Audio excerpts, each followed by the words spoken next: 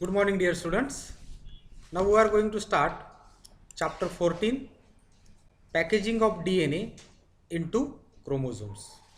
In the previous chapter, we studied the detailed structure of the DNA as discovered by Watson and Crick. So this double-stranded DNA has been packed into the form of chromosome. So that we are going to discuss in this chapter, packing of DNA into chromosomes. The most important function of DNA is to carry genes, the information that specifies all the proteins that make up an organism. So the genes are responsible for carrying information from one generation to the next generation. So this information specifies the proteins that makes up an organism. So this information has been used for the production of the protein. So such proteins has been used for growth and development of the organism. So this information includes when, in what type of cells and in what quantity each protein is to be made. So this information specifies which type of cell where the proteins has been produced, what quantity of each protein is to be made. So this information specifies about the proteins that makes up an organism. So the information that is carried by the DNA in the form of gene has been used to specify all the proteins which make up an organism. The genomes of eukaryotes are divided into chromosomes, and in this section we see how genes are typically arranged on each chromosome. As you know that in molecular terms, gene is a discrete segment of the DNA, and that DNA has been packed into the chromosome. If you see the genome of the eukaryotic organisms, it is divided into chromosome. If you take the example of the onion plant, it having 16 chromosome. So these 16 chromosome represent the genome of onion plant. So the genome of eukaryotes are divided into chromosomes, and the genes are arranged on each chromosomes. In addition, we describe the specialized DNA sequences that allows a chromosome to be accurately duplicated and passed on from one generation to the next generation. So the specific DNA sequences that allow a chromosome to accurately replicated or duplicated, and such copy of the chromosome is passed from one generation to the next generation. Each human cell contains approximately 2 meters of DNA if stretched end to end. At the nucleus of human cell, which contain the DNA, is only about 6 micrometer in diameter. Here we take the example of the human DNA. So this human cell contain approximately 2 meters of the DNA if we stretch it end to end. But the nucleus of the human cell is having a diameter of about 6 micrometer, where this 2 meters long DNA has been accommodated. This is geometrically equivalent to packing 40 kilometer of extremely fine thread into a tennis ball. So this complex task of packaging DNA is accomplished by specialized proteins that binds to and fold the DNA, generating a series of coils and loops that provide increasingly higher levels of organization, preventing the DNA from becoming an unmanageable tangle. So this complex task of packing or packaging of the DNA into the chromosome has been carried out by certain specialized proteins. More precisely, these are the histone proteins.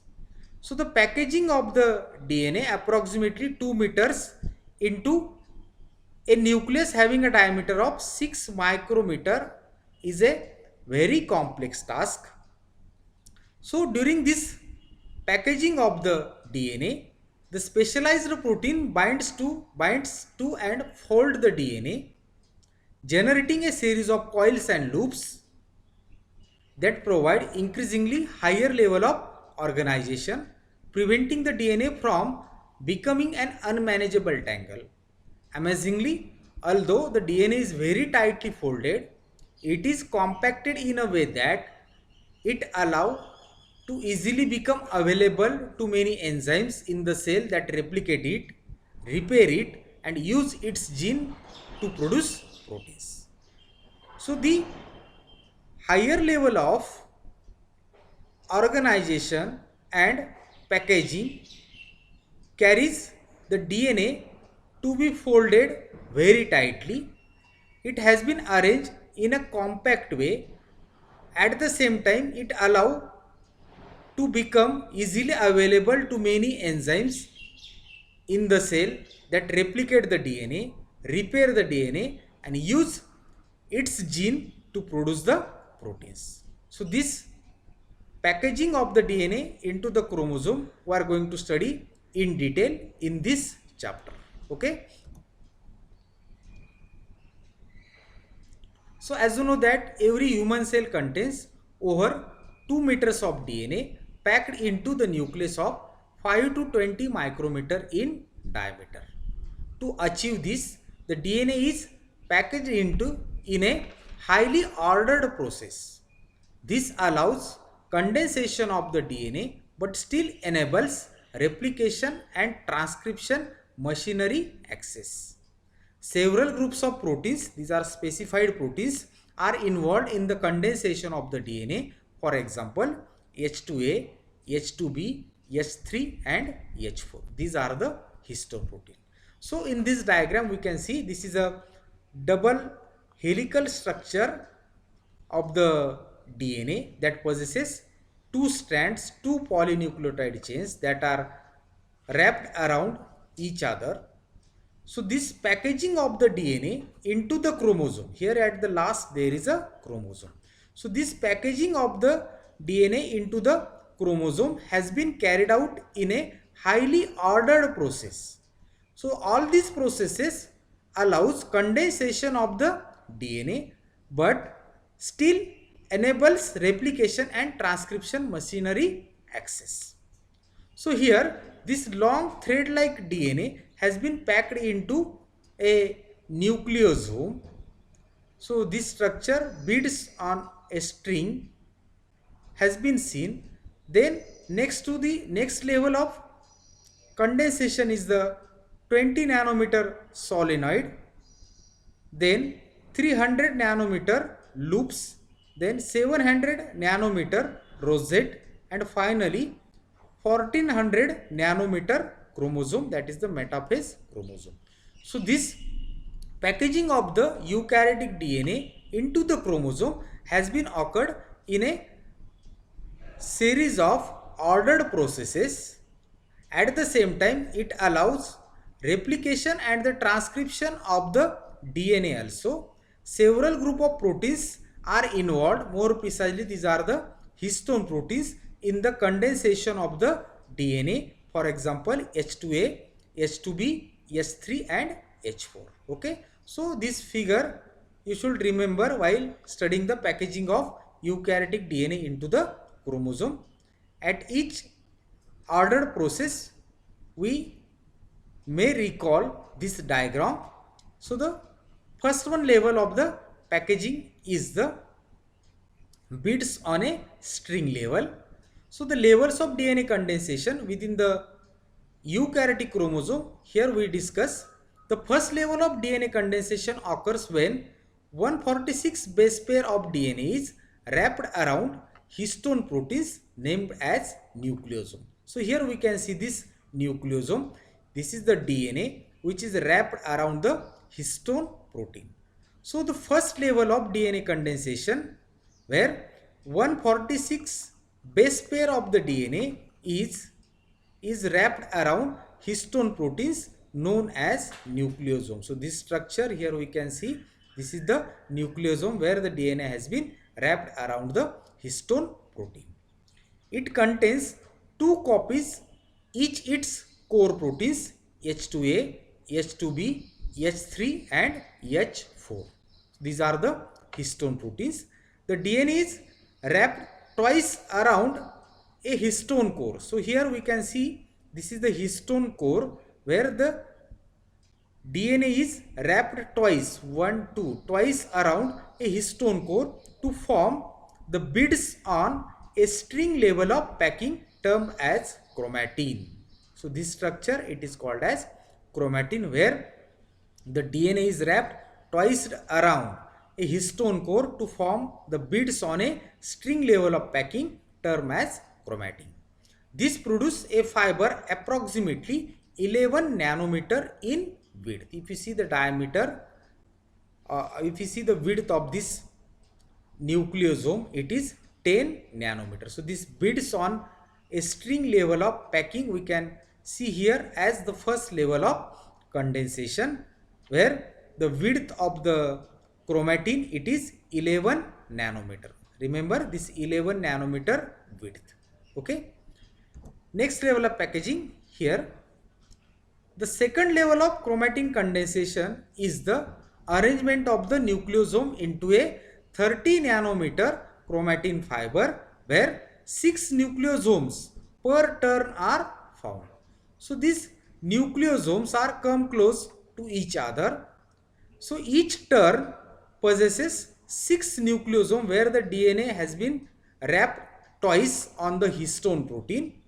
This structure is termed as solenoid, having a diameter of 30 nanometer. So the second level of chromatin condensation is the arrangement of nucleosomes into 30 nanometer chromatin fiber. So this chromatin fiber possesses 6 nucleosomes per turn, and this structure is known as solenoid. So in the first diagram we already seen that this DNA it is first condensed at a first level of condensation into the beads on a string level of condensation, we call it as a nucleosome.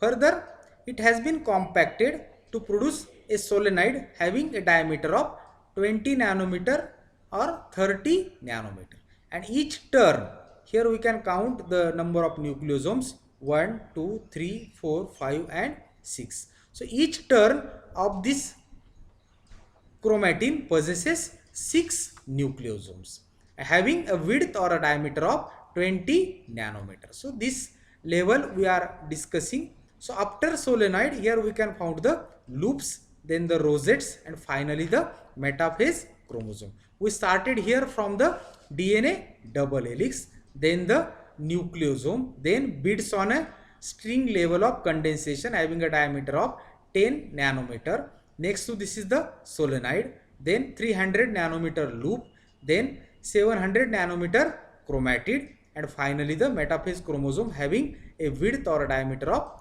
1400 nanometer. Okay. So in the first level of packaging we studied the nucleosome and beads on a string level of packing term as the chromatid having a width of 11 nanometer. Then a solenoid that possesses 6 nucleosomes per turn having a diameter of 30 nanometer. Then the chromatin fiber is arranged in loop domains. Here we can see the loops. So these loop domains each approximately 120 kb long, 120 kilobases long. These chromatin loops form rosettes. Each rosette is termed as multi-loop subcompartments and comprises of 6 loops. So rosettes are termed as multi-loop subcompartments. So here one can see here is the one loop. So similarly such loops has been occurred on all sides. We say it is a multi-loop subcompartments comprises of 6 loops. So each rosette consists of 6 loops. So here this is the one loop, here is the second, this is the third, here the 4, here is the 5, and here is the 6. So this is the rosette. Okay, do you get it? Rosette, it consists of loop domains approximately 120 kilobase long, and these chromatin loops form the rosette. So what is rosette? Rosette is a multi-loop chromatin. Multi-loop means how many loops are present in each rosette? Each rosette possesses 6 loops. So here we can count these 6 loops. 1, 2, 3, here is the 4, 5 and 6. So it makes a one rosette. So this creates chromatin loops of 300 nanometer in diameter. So these rosettes are formed by multi-loop sub-compartment. So this is the next level of the DNA condensation into the chromosome. Then after 300 nanometer, we are going towards the 700 nanometer chromatid. A further 120 kb of DNA links each rosette. So here we can see the rosettes. Here each rosette possesses 6 loops. So these rosettes are linked with each other by 120 kb of DNA. The rosette is attached at its center to the nuclear matrix and is associated with histone H1 having a chromatid width of 700 nanometer. So a chromatid having a width of 700 nanometer has been formed, where each rosette has been linked with each other. The rosette is attached at its center to the nuclear matrix and is associated with the histone H1 having a chromatid width of 700 nanometer. And the final level of packaging, that is 1400 nanometer diameter chromosome. So the final level of chromosome compaction occurs prior to cell division in mitosis. So this is the mitotic chromosome having a diameter of 400 nanometer. The rosettes are lined up and attached to a central chromosome scaffold of non-histone acidic proteins. So this rosette has been further compacted, has been condensed into the mitotic chromosome having a diameter of 1400 nanometer. So this 1400 diameter chromosome has been formed by the rosettes which are lined up and attached to a central chromosome scaffold of non-histone acidic proteins. So this is all about the packaging of eukaryotic DNA into the chromosome. So the double helical structure of the DNA has been packed into the 400 nanometer diameter chromosome. This is more precisely mitotic chromosome. Next to this is the types of chromosome. So chromosomes has been divided into the different types on the basis of number of centromeres. If a chromosome possesses one centromere, the chromosomes are called monocentric. It possesses single centromere. Centromere, it is the part where the chromatids are joined to each other, or chromatids are joined at the centromere. Okay, so the monocentric means it having one centromere. Dicentric, two centromere, one in each chromatid. Polycentric, poly means many, more than two centromeres. When present in the chromosome, it is polycentric. Monocentric, one centromere in the chromosome. Dicentric, two centromeres, one in each chromatid. Polycentric with more than two centromeres. Acentric without centromere. Such chromosome represent freshly broken segments of chromosomes which do not survive for long. So such chromosomes which do not have centromere has been lost during the cell division. It has been deleted. It has been digested by the nucleases enzyme during cell division. So they cannot move to either any pole because lack of the centromere. Such acentric chromosomes are formed due to the deletion, where the freshly broken segment of the chromosome has been formed and which do not survive for long.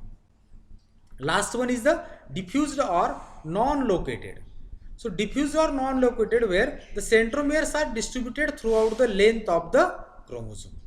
The microtubules of spindle fibers are attached to the chromosome arms at many points.